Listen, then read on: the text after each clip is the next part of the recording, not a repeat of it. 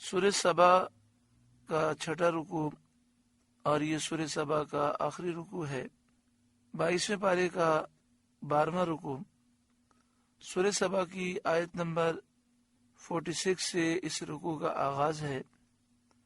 اللہ رب العالمین ارشاد فرماتا ہے، قل اے محبوب آپ فرمائیے، انما اعظکم بواحدہ، میں تمہیں ایک ہی نصیحت کرتا ہوں، اگر تم نے اس پر عمل کیا تو تم پر حق واضح روشن ہو جائے گا اور تم وسوسوں، شبہات اور گمراہی کی مصیبت سے نجات پا جاؤ گے۔ وہ نصیحت یہ ہے، ان تقوموا للہ، کہ اللہ کے لیے کھڑے رہو، محض صرف حق کی تلاش کی نیت سے، اپنے آپ کو طرفداری اور تعصب سے خالی کر کے اللہ کے لیے کھڑے رہو۔ مثنا دو دو، تاکہ باہم مشورہ کر سکو اور ہر ایک دوسرے سے اپنی فکر کا نتیجہ بیان کر سکے۔ اپنے سوچنے کا جو رزلٹ ہے، جو نتیجہ ہے، وہ ایک دوسرے سے تم بیان کر سکو اور دونوں انصاف کے ساتھ غور کر سکیں۔ وہ فرادا، اور اکیلے اکیلے، کیونکہ جب آدمی مجمع میں کھڑا ہوتا ہے تو صحیح معنوں میں بسا اوقات غور نہیں کر سکتا۔ تعصب اور طرفداری، مقابلہ، لحاظ وغیرہ سے طبیعتیں پاک رہیں، کیونکہ دوسرے کے ساتھ جب کھڑا ہوتا ہے تو بسا اوقات تعصب پیدا ہو جاتا ہے، بسا اوقات کسی کی طرفداری، مقابلہ، لحاظ۔ تو جب تم اکیلے کھڑے رہو گے تو طبیعتیں ان چیزوں سے پاک رہیں گی اور اپنے دل میں انصاف کرنے کا موقع ملے گا۔ ثم تتفکروا، پھر تم سوچو اور سید عالم صلی اللہ علیہ وسلم کی نسبت غور کرو کہ کیا جیسا کہ کفار آپ کی طرف جنون کی نسبت کرتے ہیں اور نعوذ باللہ من ذالک کہتے ہیں کہ آپ کو جنون ہے، اس میں سچائی کا کچھ شائبہ بھی ہے؟ یہ سراسر جھوٹ ہے، سچ کا ایک ذرہ بھی اس پہ نہیں۔ تمہارے اپنے تجربے میں قریش میں یا نوع انسان میں کوئی شخص بھی اس مرتبے کا عاقل نظر آیا ہے؟ کیا تم نے پوری دنیا میں اتنا عقل مند انسان دیکھا ہے؟ کیا ایسا ذہین، ایسا صاحب الرائے دیکھا ہے؟ حضور صلی اللہ علیہ وآلہ وسلم جیسا کوئی ذہین اور جن کی رائے درست ہو، ایسا کوئی دیکھا ہے؟ ایسا سچا، ایسا پاک نفس کوئی اور بھی کیا تم نے پایا ہے؟ جب تمہارا نفس حکم کر دے اور تمہارا ضمیر مان لے کہ حضور سید عالم صلی اللہ علیہ وسلم ان اوصاف میں یکتا ہیں، تو تم یقین جانو ما بصاحبکم من جنہ، کہ تمہارے ان صاحب میں جنون کی کوئی بات نہیں۔ نبی صلی اللہ علیہ وآلہ وسلم کا جنون سے کوئی تعلق نہیں۔ ان ہوا الا نذیر لکم، وہ تو نہیں مگر تمہیں ڈر سنانے والے۔ یہ نبی تو واضح ڈر سنانے والے ہیں، اللہ کے نبی ہیں۔ بین یدی عذاب شدید، ایک سخت عذاب کے آگے، یعنی عذاب آخرت سے پہلے، اس عذاب کے آنے سے پہلے تمہیں ڈر سنانے والے ہیں۔ قل اے محبوب آپ فرمائیے، ما سألتکم من اجر فہو لکم، میں نے تم سے اس پر کچھ اجر مانگا ہو تو وہ تمہیں کو، یعنی میں نصیحت اور ہدایت اور تبلیغ رسالت پر تم سے کوئی اجر، کوئی اجرت نہیں طلب کرتا۔ تم اپنی دولت اپنے پاس رکھو مجھے اس سے کوئی غرض نہیں، میں تو تمہاری بہتری کے لیے، تمہاری آخرت بہتر بنانے کے لیے اور اللہ کے عذاب سے تمہیں بچانے کے لیے نصیحت کرتا ہوں۔ ان اجری الا علی اللہ، میرا اجر تو اللہ ہی پر ہے، اللہ اپنے فضل سے مجھے اجر دے گا۔ وہو علی کل شیء شہید، اور وہ ہر چیز پر گواہ ہے۔ قل، اے محبوب آپ فرمائیے، ان ربی یقذف بالحق، بے شک میرا رب حق کا القاء فرماتا ہے، اپنے انبیاء کی طرف حق کی وحی نازل فرماتا ہے۔ علام الغیوب، سب غیبوں کا بہت جاننے والا۔ قل، اے محبوب آپ فرمائیے، جاء الحق، حق آیا، یعنی قرآن آ گیا، اسلام آ گیا۔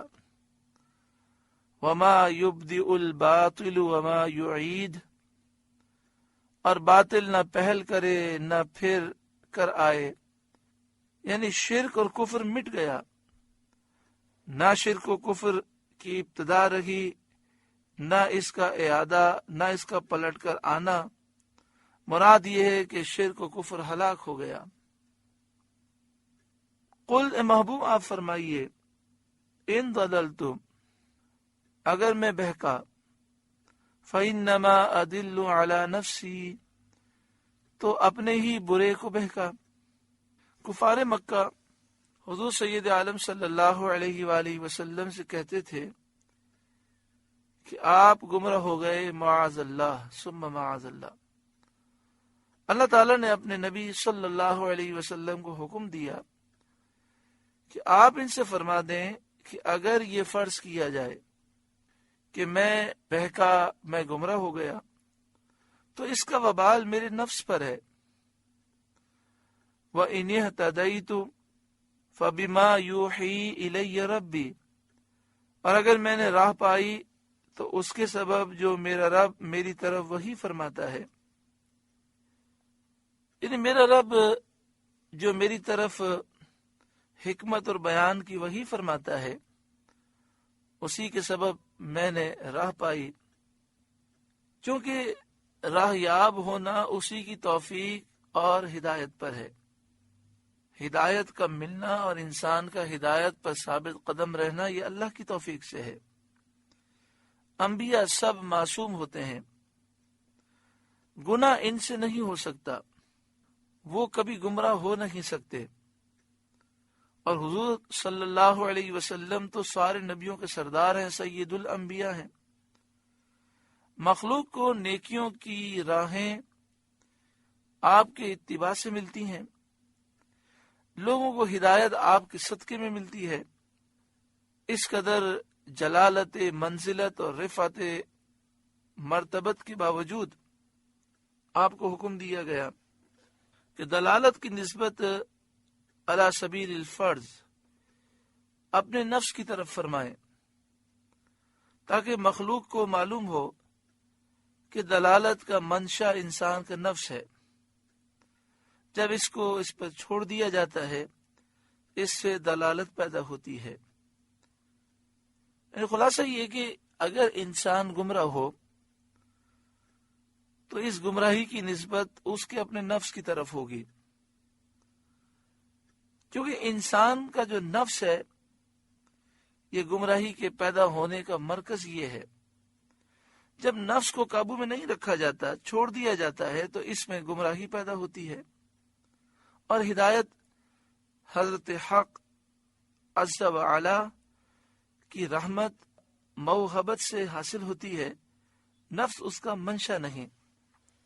یعنی ہدایت یہ اللہ تعالیٰ کی عطا ہے، اللہ کی رحمت ہے، اس میں ہمارا کوئی کمال نہیں۔ تو نیکی کی نسبت، ہدایت کی نسبت اللہ کی طرف کرنی چاہیے، اور یہ کہنا چاہیے مالک یہ تیرا فضل ہے، مجھ میں تو نیکی کرنے کی کوئی طاقت نہ تھی، اور گناہ سے بچنے کی مجھ میں تو کوئی طاقت نہ تھی۔ انہو سمیع قریب، بے شک وہ سننے والا نزدیک ہے، ہر راہیاب اور گمراہ کو جانتا ہے، کون ہدایت یافتہ ہے کون گمراہ ہے اللہ جانتا ہے، ہر ایک کے عمل اور کردار سے باخبر ہے۔ کوئی کتنا ہی چھپائے، کسی کا حال اللہ سے چھپ نہیں سکتا۔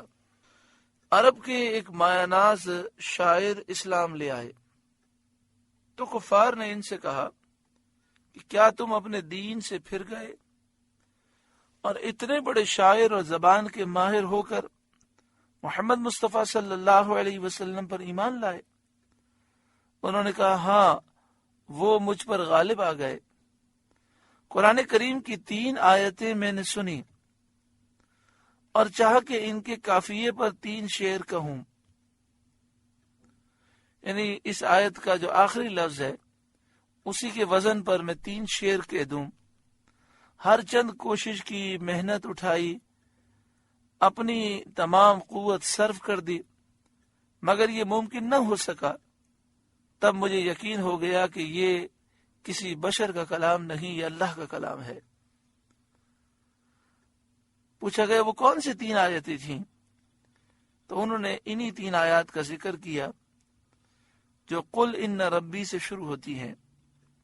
سورہ سبا کی آیت نمبر 48، 49 اور 50، یہ 3 آیات قل ان ربی سے انہ سمیع قریب تک۔